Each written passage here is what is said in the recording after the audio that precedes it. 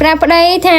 បងអើយឃ្លានថៃឆែនេះបើបានថៃឆែញ៉ាំម្ដងដឹងឆ្ងាញ់យ៉ាងណានេះព្រោះអីខានញ៉ាំថៃឆែយូរហើយបងប្អូនហើយប្តីខ្ញុំគ្រាន់តែលឺអញ្ចឹងទាញដៃខ្ញុំខ្វាក់ជិះម៉ូតូមកត្រុយឈប់ងក់មកដល់បឹងបាត់អាមិនទេ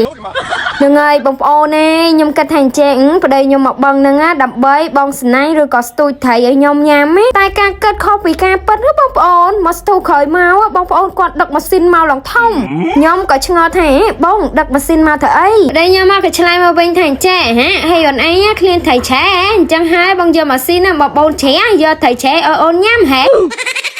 អើយអីក៏ម៉ងនេះអើយហើយនេះស្មានតែគាត់ធ្វើលេងបងប្អូនធ្វើមែនទាញទៅយកមកហើយទៅយកឡើងប៉ុណ្ណាណៃរៀបចំរៀបអីហើយទៅបច្ឆេម៉ាស៊ីននេះ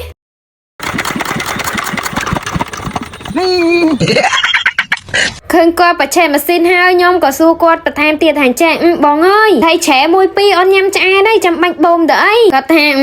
អូនអើយមួយពីរបងខ្លាចអូនឯងញ៉ាំអត់ឆ្អែតអញ្ចឹងហើយបូមមកជ្រះហ្មងទៅបាន10 20 គីឡូប្រពន្ធញ៉ាំឲ្យឆ្អែតហ្មងណ៎ម៉ង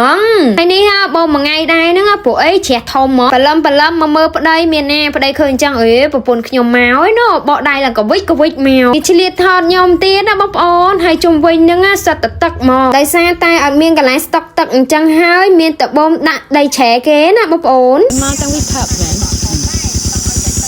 ហុយបូមបានតែប៉ុណ្្នឹងបូមមួយថ្ងៃមែនយប់មួយថ្ងៃហ៎ស្មានតែ2យប់2ថ្ងៃមកដាក់ល្ងាចមិញហុយផឹក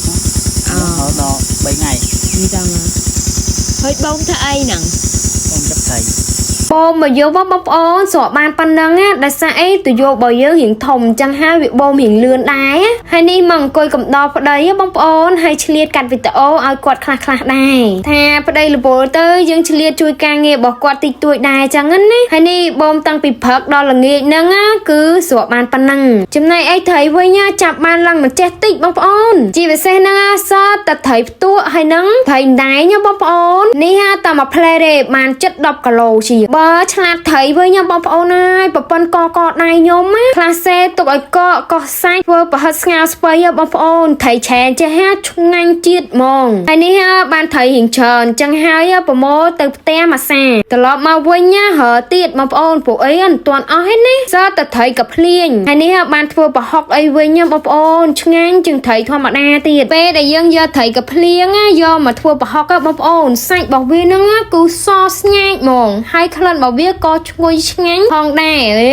បើបានស្លមកជូរតលឹងតក់ទៀតដល់ជាតិហ្មងគ្រាន់និយាយក៏លេបទឹកមាត់ដែរណាបងប្អូនហើយនេះមកយកបាន30 គីឡូទៀតណាដឹកទៅផ្ទះមួយជើងទៀតសត្រីក្នុងជ្រះម៉ានចែកញាតចិត្តខាងឲ្យគាត់រណាបងប្អូននៅសប្រហែល10-20 គីឡូទៀតបងប្អូនប៉ុន្តែដោយសារតែយើងច្រើនហើយចឹងដឹងយកទៅណាអស់ទេ